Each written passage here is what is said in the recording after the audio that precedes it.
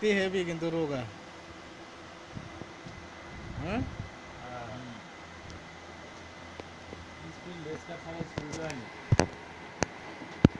বাংলাদেশে এরকম হালা, বাংলাদেশে গরুর কোনো যত্নই করে না কাটার সময়।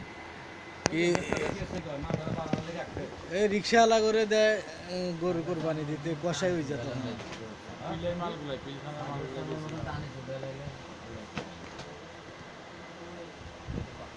2000 টাকা 1 লাখ টাকা দিয়ে গরু কিনতে পারবো, 5,000 টাকা কষাই দেবো না। রিক্সাওয়ালা একটা 2000 টাকা দিয়ে করাই দেবো। না পিলখানার গরুগুলা এইরকম তো কামেলা হলে পিসি ছয়টা কামেলা করতে পারবো ওইভাবে পয়সা।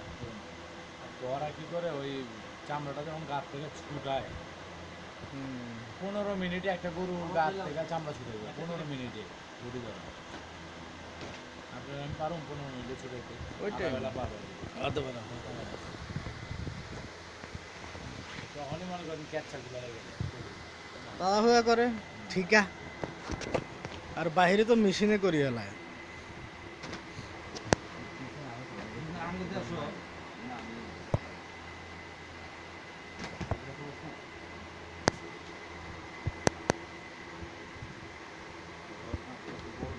দেখলাম গরু জবাই করে, এত গরু কি জবাই করে মাথার মধ্যে একটা করে দিয়া ওই যে ড্রিল মেশিন আছে না, মেশিনে দুইটা এইভাবে ধরে রাখে, মেশিনে ঢুকে এইভাবে ধরে রাখে, লড়াই পারে না। উপরে থেকে ড্রিল মেশিনে মজকে মেরা দিল, ছেড়ে দিল, শেষ। গরু ওইটা অজ্ঞান হয়ে গেল ভাই, ভিতরে গেল গা। আবার এটার লাগে আবার 3 জন লোক লাগবো বান্ধনের লেগে এর লেগা। প্রত্যেকটা গরুটা ঢুকাইতেছে ওর আন্তাজে, দুইটা গরু আর ঢুকতে একটাই বাস, কল্লা আটকে গেল গা, দুইটা ভালো মেশিন দেয়। আর ড্রিল মেশিন উপরে থেকে চাপ দিল, মজকে ঢুকে হারালো বাস গরু আপনি ওকে। ওইটা হালাল হয় না তো। এটা তো আমাদের দেশে না, এটা তো ওদের দেশে। ওদের হালাল দরকার, কথা হলো মাংস। মাংস দরকার হলো গোস তাড়াতাড়ি কামেলা করে এক্সপোর্ট কর।